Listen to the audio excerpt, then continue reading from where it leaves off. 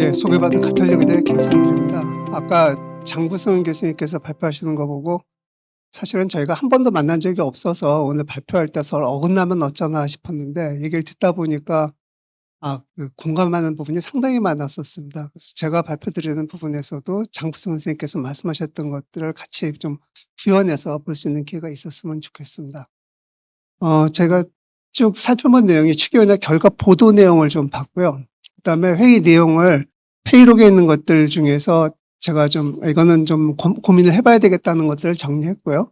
그다음에 지난번에 제가 발표할 기회가 있었는데 그때 문제 기사에 대한 것들을 정리를 한번 더 해봤습니다. 그래서 그 의료계에서 바라보는 문제의식과 일반 기자나 시민들 또는 정부가 바라보는 데 시각차가 상당히 있거든요. 그래서 그걸 좀 보여드리고 재규정은 지역별 그리고 전문과별 내지는 분과별 추계가 같이 돼야 이게 제대로 된 추계가 될 것이다라는 건데요. 제가 실제로 순환기내과 분과전문의 수요 추계를 학회하고 해본 적이 있었습니다. 그래서 하면서 저희가 이 정도는 할 수 있을 것 같은데 추계위원회에서 이것도 안 했더라 하는 거를 좀 예로 말씀을 드리고 싶습니다. 결과 보도를 보면은 사실은 동아일보를 좀 오늘 했었어야 되는데 제가 동아일보를 참고 못하고 조선일보를 했습니다. 죄송합니다.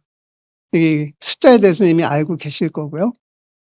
그 다음에 추계위 내부에서 의사인력 부족분을 최대한 적게 추산하고자 하는 의료계의 의견이 지나치게 크게 반영된 것 아니냐 하는 지적이 나왔다 그러는데 제가 확인해 보니까 추계위원회에 들어갔던 분들이 줄이려고 노력을 한 거 맞습니다. 예, 근데 이거는 기본이 잘못 추계가 됐기 때문에 어떻게든지 낮춰보려고 노력을 했던 것이지 이게 낮추기 위해서 그러니까 목적이 낮추는 건 아니었다는 걸 한번 다시 생각해 보고 싶고요. 실제 목적이 뭐였느냐 우리 원장님께서 잠깐 말씀해 주셨는데 맨 아래 4월 30일 2027학년도 의대 입학 정원을 정해야 한다는 목소리가 반영된 것이다. 예, 그거 외에는 목적이 저는 없다고 생각합니다. 그래서 소셜미디어에 이제 우리 추계위원으로 참석했던 분들 아쉬운 점들 얘기하셨고 여기 보면 또 세 개 모델이 있었는데 아리마 모델의 문제에 대해서 얘기했었거든요. 근데 개인적으로는 아리마가 됐든 뭐가 됐든 그건 큰 문제가 안 된다고 봅니다. 왜 그러냐면요. 이게 이제 추계위원회 결과인데 위에 있는 4개, 5개의 라인이 추계 방법에 의한 수요 추계입니다. 뭘 하든지 그렇게 큰 차이 없습니다.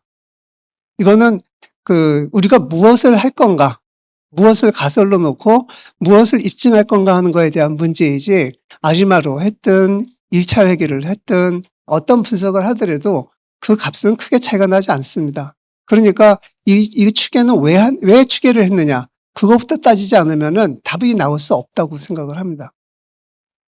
이 내용 좀 보겠습니다. 여기 보면은 의료인력 수급 추계위원회는 의료법 제23조 2에 따라서 하도록 되어 있다고 하고요. 저도 이 자료 보면서 알았습니다. 오른쪽에 저도 이제 찾아보니까 의사에 대해서는 국가 단위, 지역 단위, 전문 과목 및 진료 과목별 수급 추계를 하는 거로 되어 있습니다. 다만 저게 법에 해야 한다라고 써 있지는 않았습니다. 그런데 제가 느끼기에는 저렇게 지역별, 진료 과목별 수요 추계를 하지 않고 국가 추계를 낸다는 거는 불가능하다고 생각을 합니다. 예를 들어서 전라남도에 필요한 의사 수가 예를 들어서 1,500명 필요하다 그러면은 어떤 의사가 1,500명이 필요한 거죠? 좋은 의사면 되나요? 착한 의사? 아니거든요. 상가 의사는 몇 명 필요하고 소아과 의사는 몇 명 필요하고 소아과에서도 부산에서 소아신경과 의사 찾다가 고등학생 1명 또 사망했는데 그럼 소아신경과 의사는 몇 명 있어야 되고 심장내과 거기서 스텐트 박아주는 선생님 없으면은 사망하기 쉽거든요. 그러면 그런 분들은 몇 명 있어야 되고 이런 것들이 나와야지 죄송하지만 단순한 좋은 의사는 사실은 환자들한테 필요 없습니다. 환자를 치료해 줄 의사가 필요한 것이지. 그리고 활동 내역에 대해서는 1차부터 12차까지 모두 다 공개가 되어 있습니다. 어떤 분들이 들어갔고 어떤 분들이 어떤 이야기를 했고 그 회의록까지 다 공개가 되어 있더라고요. 그래서 저는 이런 위원회 같으면 저는 아마 참석 안 했을 것 같습니다. 무서워서요. 네. 그런데 찾아보는 입장에서는 괜찮았었고요. 그러니까 지역별 전문가별 의료 이용량 분석이라는 거는 5차 위원회 때 하기는 했었습니다. 그걸 논의를 했었고 그런데 그 결과를 보면은 좀 황당합니다. 1차부터 2차까지는 제가 쭉 이 자료를 가져왔는데요. 보기는 12차까지 다 봤습니다. 11차까지 다 봤습니다. 오픈되어 있는 게 11차까지니까. 근데 그 이후 거는 사실은 볼 의지가 제가 없어져서 안 봤는데, 제가 봤던 1차하고 2차에 대한 내용들 간단하게 공유를 해보면요. 여기 첫 번째 빨간 줄은 보건의료정책심의위원회에서 결정되었을 때 그것을 받아들이지 않을 때 그에 대한 장치, 거기에 대해서 논의를 해야 된다. 그러니까 이분은 결정된 대로 의료계에서 따라줘야 된다는 뭔가 좀 있었으면 좋겠다는 생각을 하신 거고요. 또 두 번째 있는 빨간 줄은 필요한 영역에 배치될 수 있도록 하는 게 그런 것도 필요하다. 그러니까 어떤 어떤 전문가가 됐든 지역이든 거기에 대한 논의가 필요하다고 할 수 있을 것 같고요. 세 번째 있는 그 빨간 줄에서는 지역별 어떤 수급치계 내용도 나와 있어야 된다. 진료 전문가별도 돼야 된다. 이런 얘기들이 계속 나오고 있습니다. 그 다음에 첫 번째 빨간 줄 보면 우리나라 의료 체계가 어디를 지향하는 거에 대한 자력적인 논의가 같이 진행되지 않으면은 이게 의미가 없다. 맞는 얘기죠. 아까 장부승 선생님께도 항상 말씀을 해주셨었고요. 죄송합니다. 그 다음에 이제 맨 아래 보면 지역 관점에 대한 얘기가 또 나오고 있고요. 또 이제 여기 첫 번째 빨간 줄을 보시면 특정 직역이 과반이라는 것을 대표하는 구조로 가서는 곤란하다. 이분은 반대편에 있는 분이기 때문에 그럴 것 같거든요. 네. 그 다음에 두 번째 보면 전문가막 배정해야 되는 규모 이런 것들도 고민을 좀 해야 된다. 법령에 보면 총량, 지역별, 전문과목별, 지역과목별 이렇게 되어 있으니까 이렇게 추계를 해야 된다 하는 얘기를 한 거예요. 이분은 저기 맨 위에 있는 분하고 비슷한 기조를 갖는 분이긴 한데 여기에서는 도움이 되는 말씀을 좀 하셨고요. 근데 맨 마지막에 이제 우리 공무원이신데 양성 규모는 우리나라에서 입학 정원만으로 조절하는 정책밖에는 없기 때문에 라는 얘기를 하게 됩니다. 그래서 그 다음 2차로 넘어가게 되면은 이제 저분이 자료를 보세안해서 분석해 가지고 오신 분인데 총량에 대한 고민을 하는 것을 알고 그렇게 준비했다고 합니다. 그러니까 지금부터는 이제 제 입장에서는 회의록을 볼 이유가 없는 거죠. 네, 총량에 대한 거, 의사 총수를 내겠다는 겁니다. 이 법적으로도 이 지역별 또 전문 과목별 추계를 다 해서 그거를 전국 추계한 거하고 같이 좀 비교를 해봐야 되는데 그게 아니고 이 총량만 했다는 거고요. 그 다음에 이제 여러분들이 꼭 아셔야 되는 게 아까 장부성 선생님께서 말씀하신 것 중에 저희는 신뢰도라고 얘기하나요? 리피터빌리티라고 얘기하는데 누가 연구를 해도 같은 결과가 나와야 됩니다. 근데 저는 그 부분에 있어서는 우리 추계위원회 결과는 이 신뢰도가 충분하다고 생각합니다. 굉장히 충분한데 여기 또 보시면요. 빨간 줄 대부분 연구자들이 다 비슷비슷해요. 거기서 나온 내용들이 가정들 차이라는 것이 그렇게 큰 변화, 결과의 차이는 가져오지 않습니다. 이게 말로 한 걸 그대로 풀어놨기 때문에 약간 좀 이상하긴 한데 누가 해도 결과가 똑같다는 겁니다. 이거는 의료계하고 반대쪽에 있는 분이 얘기를 한 겁니다. 그분이 개성 얘기하는데 좋은 얘기를 또 하셨어요. 미국에서는 10년 추계를 하고 매년 1년씩 갱신해 가면서 한대요. 그리고 밑에 빨간 거 보시면 호주나 뉴질랜드 같은 나라에서는 의사들의 공급 자체를 거의 국가 단위로 주되어오는 그런 역사성이 있기 때문에 숫자를 정부에서 딱 갖고 장기 두듯이 둔다는 거죠. 그러니까 가능한 거죠. 그런데 우리나라에서는 의사의 공급이나 또 교육 이런 부분에 대해서 정부에서 책임지고 있는 부분이 하나도 없거든요. 그러니까 그 숫자를 정부에서 논할 수 있을 만큼 권한이나 능력이 없는 상태죠. 그리고 우리나라에는 이런 이제 통계 자체가 없다. 그렇기 때문에 그냥 총량만 계산해야 된다는 식의 얘기입니다. 그런데 이제 여기 또 보면은 총량이 어떻다는 얘기, 그 다음에 두 번째 빨간 줄은 의대 정원이 전체적으로 얼마냐 하는 것밖에 결정할 수가 없다고 보는 거죠. 그러니까 1차 회의 때 총량 얘기 나온 거고 이게 확정이 된다고 본 겁니다. 우리의 주된 관심은 총량으로서의 의사수, 헤드카운트 이 숫자다 하는 거고요. 그 다음에 이제 좋은 얘기를 한 분이 하셨는데 지금 시점이 이런 데이터를 구축해 나가야 되는 시점이라고 생각한다. 추계위원회에 계신 분들 무조건 미워하시면 안 됩니다. 네. 그리고 이분은 10년 전 보고서를 보면 결론을 정해놓고 가정을 다 그렇게 짜맞추는 거 아닌가 이런 생각이 들 정도라 그러거든요. 근데 이분들이 그렇게 합니다. 말씀하시는 분들이. 그리고 이제 여기 두 번째에서는 전국 단위 결정보다는 지자체별 조사를 통해서 지자 수요를 합한 방식으로 의대 정원 또는 전체 인원이 결정돼야 된다고 생각한다. 얘기는 다 됐어요. 근데 결론은 전체를 한 거고요. 마찬가지로 연간 총 의사수만 가지고 추계하면은 단기적으로는 문제 없을 수도 있겠지만 일단 중장기적으로는 문제가 있다는 얘기 다 하고 계시는 거고요. 진료과 단위로 해야 된다. 그다음에 아까 이제 5차 회의 때 얘기 있었죠. 그 진료 과목별로 해야 된다는 얘기가 있었는데 여기 이건 우리 의사 선생님들 입장에서는 보시면은 아마 웃음이 지어질 거라고 생각하는데요. 전문의 취득자 중에서 실은 의원을 개설해야지만 전문의에 대한 분석이 가능하다라고 하십니다.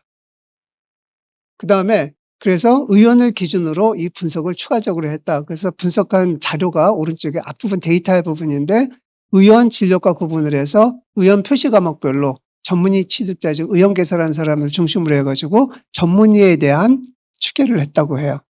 데이터만 보여주고 실제 추계까지는 반영을 안 했습니다.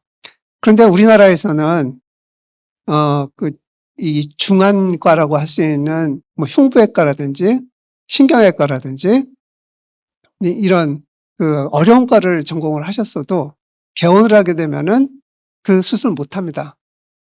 내과에서도 세부 분과를 전공한 선생님도 개원을 하게 되면은 일반과 다 봐야지, 일반 환자들 다 봐야 되고요. 소아과 선생님도 마찬가지입니다. 소아신경과에서 나는 에필lep시가 우리말로 뭐죠?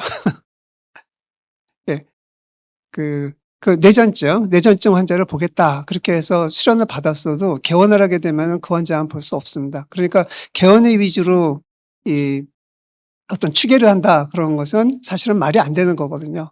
의료계에서는 다 알고 있는 사실인데 이런 식으로 분석을 해왔습니다. 그리고 작년에 의대정원 정책 근거 연구를 해서 3가지 열거를 했었는데요. 여기에서 쓴 방법, 그러니까 아리마를 썼느냐, 뭐 리그레션을 했느냐, 다른 추계를 했느냐, 그거는 의미가 없고요.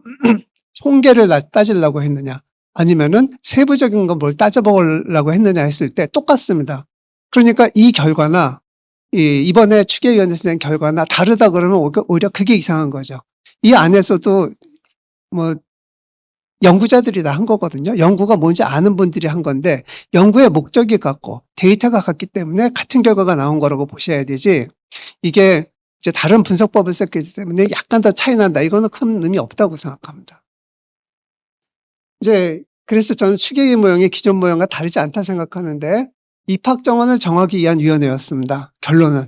그래서 총량에 대한 고민 얘기 아까 나왔고, 또 담당 과장님 말씀은 우리나라에서 입학 정원만으로 초절한 정책적 대안밖에 없기 때문이라는 얘기를 하셨었고요. 제가 생각하는 것도 연구 방법이 같으면 같은 결과가 나야 된다. 여기 의료계 반대쪽에 있는 분들이 말씀을 해주신 내용들도 당연히 이제 방법이 같으면 결과가 같다는 겁니다. 근데 실제로 문제가 뭐였냐에 대해서는 제가 지난번에 기회가 있어서 말씀을 좀 드렸었는데, 현재 상태를 보고 미래 상태를 우리가 예측을 하고 거기에 따라서 좋은 상태가 되도록 전략을 짜고 또 예를 들어서 의사수를 조정을 하고 그래야 되는 것인데 실제로 그런 내용들이 반영이 되었냐 하는 겁니다. 아산병원 내추럴 간호사 사망한 거를 기사를 좀 모아봤습니다. 비슷한 기사 하나로 합쳐서 봤는데요. 쭉 오른쪽에 보시면 정부 일반인 타협에서는 의료 인력 부족이랍니다. 의사가 부족하대요. 근데 실제 의료계에서 보는 거는 신경외과가 부족하고 신경외과 선생님 중에서도 뇌혈관 의사가 부족한 겁니다. 근데 그분들 어떻게 할 거냐? 추계위원회에서 논의된 적이 없는 것 같고요. 마찬가지로 산부인과 중에서 상과 선생님이 부족합니다. 근데 그것을 전체 의사수 부족하다든지 지역 공공의료 쪽에 부족이라든지 이 지역별 분만 인프라 확충이 필요하다든지 그런 식으로 접근을 하지 어떤 사람이 필요하다는 접근을 하지를 않습니다. 그리고 이제 소아과 오픈런에 대해서도 의사수가 부족하답니다. 소아과 선생님들은 아마 답답해 죽을 겁니다. 소아과 선생님도 남거든요. 그 오픈런에 해당하는 선생님 수가 부족하다는 거죠. 그래서 그런 축에 당연히 안 돼 있습니다. 응급실 뺑뺑이에 대해서 많은 얘기가 있었는데 의료계와 이 의료계 바깥에 있는 사람들이 보는 시각이 다릅니다.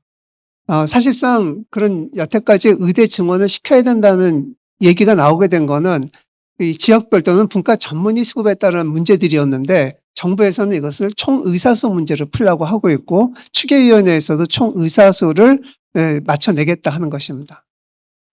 그래서 이걸 좀 정리를 해봤습니다.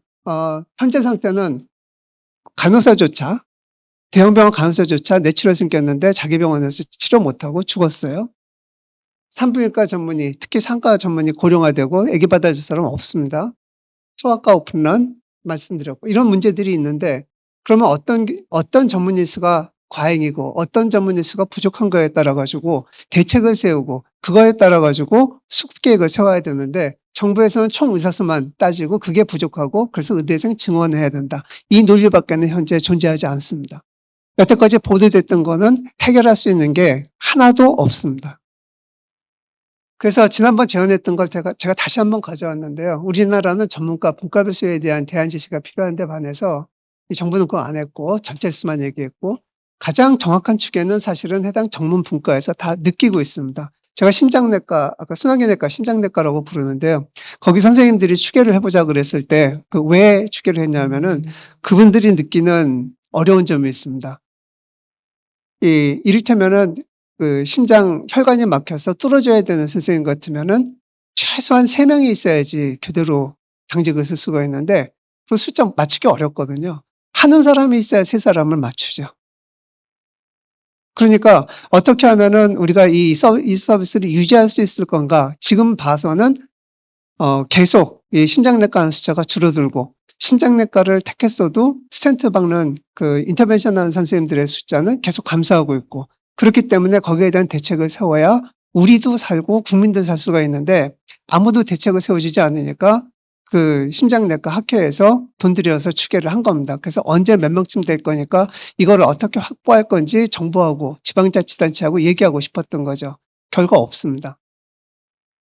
그다음에 이제 그 지역별 의료수에 대한 것은 지자체에서 좀 하라 하는 건데요. 아까 그 장부성 선생님도 일본에 대한 얘기 잘 해주셨었고요. 이거 이 다음 그 올해 이제 지방자치단체 선거 있지 않습니까? 그때도 이런 것들이 좀 반영됐으면 좋겠습니다. 그리고 수학기내과 분과 전문의 수요 예측한 예를 좀 말씀드릴 건데 저희가 발표를 한 건데 저희 만점이라고 생각하지 않습니다. 저희 것도 문제점 많이 있습니다. 그럼에도 불구하고 대략은 살펴볼 수 있다는 거고요. 이 수요 공급 예측하기 위한 거고 인력 확보를 위한 정책에 대한 제시하기 위해서 한 겁니다. 자료는 그러니까 정부에서 한 거하고 같은 방법인데요. 유입 유출법으로 했는데 유입은 그 의사가 생겨야 되는 거니까 분과 전문의 시험 합격자를 받고 그다음에 업무량이 감소하면은 그거는 유입에 효과가 있다라고 봤습니다. 그리고 또 유출은 은퇴한다든지 아니면은 심장내과를 안 하게 되신다든지 아니면 업무량이 증가하는 것도 기준연도 비교해서는 유출되는 걸로 봤고요. 관련 질병이 증가하는 것도 증가하는 거는 이제 그 환자의 의사의 유출하고 비슷한 효과가 있다고 봤습니다. 그 데이터는 각각 보험자료하고 분과 전문의 합격자 명부라든지 이런 것들이 공식적인 자료가 되는데 저희가 현재 인력 파악하는 게 너무 어렵더라고요. 학회에 있는 명부 가지고 그게 안 됩니다. 그래서 살펴봤던 게 이제 병원 홈페이지, 그 다음에 세부 학회가 되죠. 중개학회에서 내준 그런 명부들, 그런 것들을 다 확인을 했었습니다. 그래서 전체 데이터 1392명 가지고 분석할 수 있는 데이터는 1139명 데이터였었고요. 이렇게 뭐 제외된 사람들이 나이가 파악이 안 된다든지 중복이라든지 그다음에 은퇴, 사망, 근무지가 병원이 아니거나 확인이 안 되는 사람들 빼고 1139년, 이게 2021년 기준입니다. 그렇게 해서 이 전체적인 숫자를 파악을 했었고요. 지역별 현황을 봤습니다. 이거 필요하죠. 예. 그게 명부를 보면은 저희가 정리된 명부 가지고 다 확인할 수 있는 거라서 저희 보시면 서울이 제일 많고요. 경기가 그 다음이고 그다음 흐린 순서입니다. 여기 전라남도로 가면은 19분 정도 계시고 인구 대비해 본다 그러면은 19분이 아주 적은 건 아닌데 서비스 받기는 쉽지가 않습니다. 그다음에 이것은 지역별 분과 전문의의 1인당 인구수를 본 건데요. 여기 보면 가장 빨간 곳이 충청북도 겁니다. 충청북도. 그래서 제가 이거 발표용 슬라이드에 따로 했던 거는 충북의대에서 그 심장내과 하시는 선생님이 그때 비상대책위원장 했었습니다. 그러다가 그분이 이 정부에 항의한 뜻으로 총장한테 항의한 뜻으로 사퇴를 했어요. 그러니까 사직을 했어요. 그리고 지금 부산 가 계십니다. 그래서 그 사진 하나 더 넣었었는데, 그 저기 사진 보시면은, 그림 보시면은, 충북은 1인당 커버해야 되는 인원이 12만 명이 되는데, 지금 부산 지역은 오른쪽 아래 구석에 하얗게 보이거든요. 그럼 몇 명 안 된다는 거거든요. 그러니까 그쪽 가서 일을 하고 계세요. 충북은 인재를 잃은 겁니다. 충북 도민을 살릴 사람을 한 명 잃은 거예요. 아마 더 많은 분들이 그렇게 나가셨으리라고 생각을 합니다. 그다음에 유입 유출에 대해서도 이거는 내과 전공이 또 순환계 내과 분과 전문의 응시 합격자의 수입니다. 이 데이터를 가지고 앞으로 어떻게 될 수 있겠다 하는 거 예측을 한다고. 이것만 가지고 예측하면은 아까 얘기가 나왔던 아리마라든지 리그레션 모델이라든지 그런 거 쓰면은 되기는 되는데요. 실제 심장내과 선생님들이 느끼고 있던 것은 그런 분포가 아니었습니다. 몇 가지로 본 건데, 이렇게 실제 숫자를 연도별로 대입을 한 거거든요. 2000년부터. 직선으로 맞춰도 맞게는 맞습니다. 통계는 뭐든지 답 나옵니다. 통계는. 예. 저기서 보면 R시격 값이 0.4, 그러니까 41% 설명할 수 있다는 거예요. 그리고 저희가 가운데 오렌지색으로 점선이 하나 있는데, 저거는 아리마 가지고, 하도 아리마 가지고 얘기하니까 저거 써봤습니다. 근데 선생님들이 느끼는 거는 이게 거의 기하급수적으로 감소할 거다 하는 거예요. 실제 들어오는 사람들이 없답니다. 앞으로 너 이거 할래? 안 한답니다. 그래서 선생님들하고 상의를 해서 이건 2차 함수 모형인데 2차 함수 모형을 가져왔습니다. 이거는 분과 전문의 정년 65세로 봤을 때 어떤 정년을 맞이하는 선생님들의 숫자입니다. 이건 2040년까지 정확하게 파악이 가능합니다. 그렇게 해서 유입되는 숫자, 유출되는 숫자에서 그래프를 그려봤고요. 거기에 따라 그 다음에 이제 진료량에 대한 건데 추계위원회에서는 상대가치를 이용해서 하는 거는 고려를 했다가 나중에 포기했거든요. 그런데 저희는 이쪽 심장내과는 수술이나 처치 쪽이 굉장히 많은 겁니다. 그래서 죄송합니다. 수술이 아니고 처치. 예, 영어로는 프로시저라고 보통 얘기하는데 그게 많은 거기 때문에 그걸로 파악해도 되겠다 하고 심장내과 선생님들하고 합의해서 관련 행위는 187개를 보고 순환기내과, 공식은 순환기니까요. 그래서 122개가 여기에 해당되는 거다라는 걸로 보고 2019년 기준으로 했을 때, 즉 2019년에 서비스를 유지하기 위해서는 앞으로 몇 년 후에는 몇 명의 순환기내과 의사가 필요할 거냐는 거를 추계를 해보았었습니다. 오른쪽에 있는 거는 그 수가표에 있는 일부 행위를 예를 들어 놓은 것입니다. 그 다음에 이제 연도별 진료 행위량을 봤을 때에는 사실은 기하급수적으로 늘어나고 있는데요. 중간에 데이터를 보면은 2015년, 16년쯤에서 새로 상대가치가 부여되고 그런 것들이 나오거든요. 그래서 2차 함수를 피팅하는 것이 나쁘지 않은데 그렇게 되면은 너무 오버피팅이 되기 때문에 이거는 안 되겠다. 그래서 제가 직선으로 추계를 하고 이걸 썼습니다. 좀 보수적으로 한 거죠.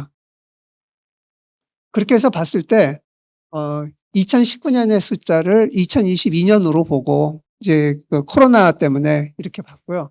그리고 연도별로 해서 파란색은 추계고요. 그 다음에 빨간색은 실제로 선생님들이 그 정도 있을 거라고 판단을 한 겁니다. 그 정도 예, 그래서 갭에 해당하는 것이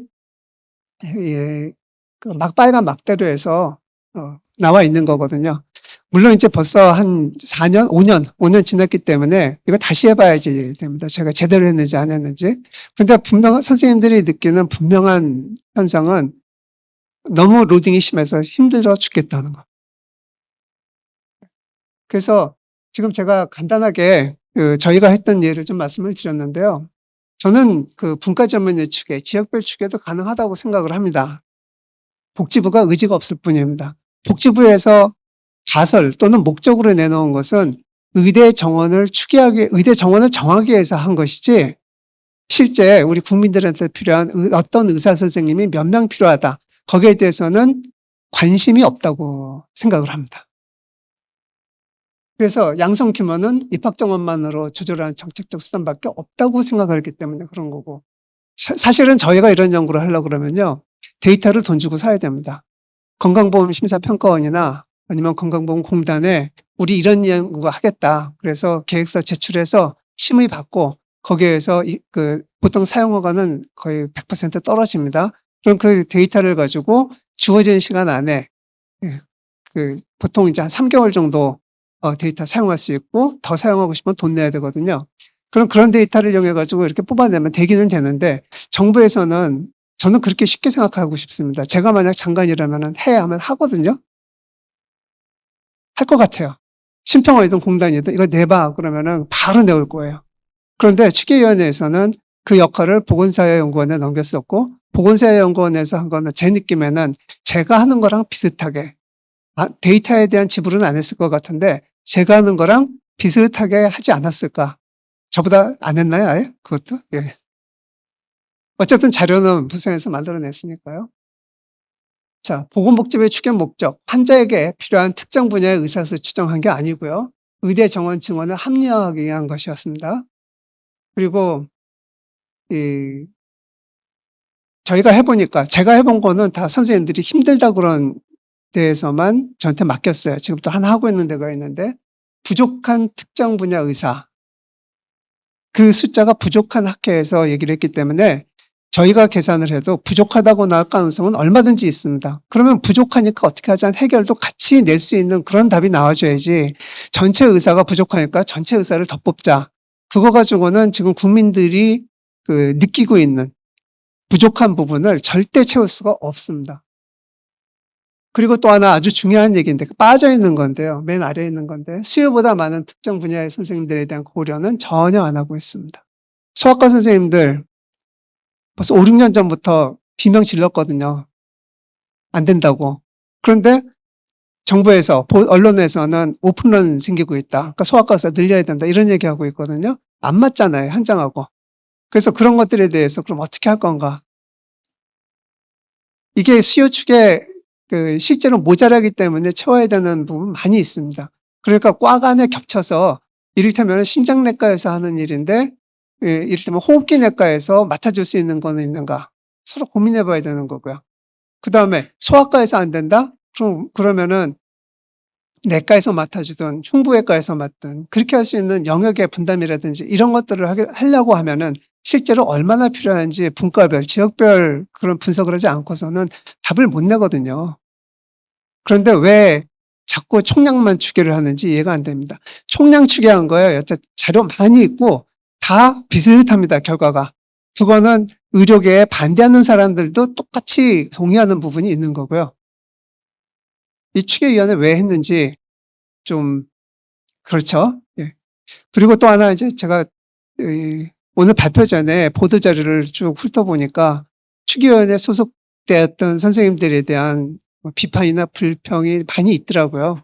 근데 제가 파악한 거로는 소위 의료계의 친화적인 분들이라고 하면은 그런 분들도 이게 올바른 데이터가 올바른 결과가 나오게 하기 위해서 노력을 많이 하셨다는 걸로 이해해 주시면 좋겠습니다. 저는 보이긴 보이는데 결과가 그렇게 나오니까 결과에 대한 책임자라는 식의 얘기가 돼서 그건 좀 씁쓸합니다. 제 발표 이것으로 마치겠습니다.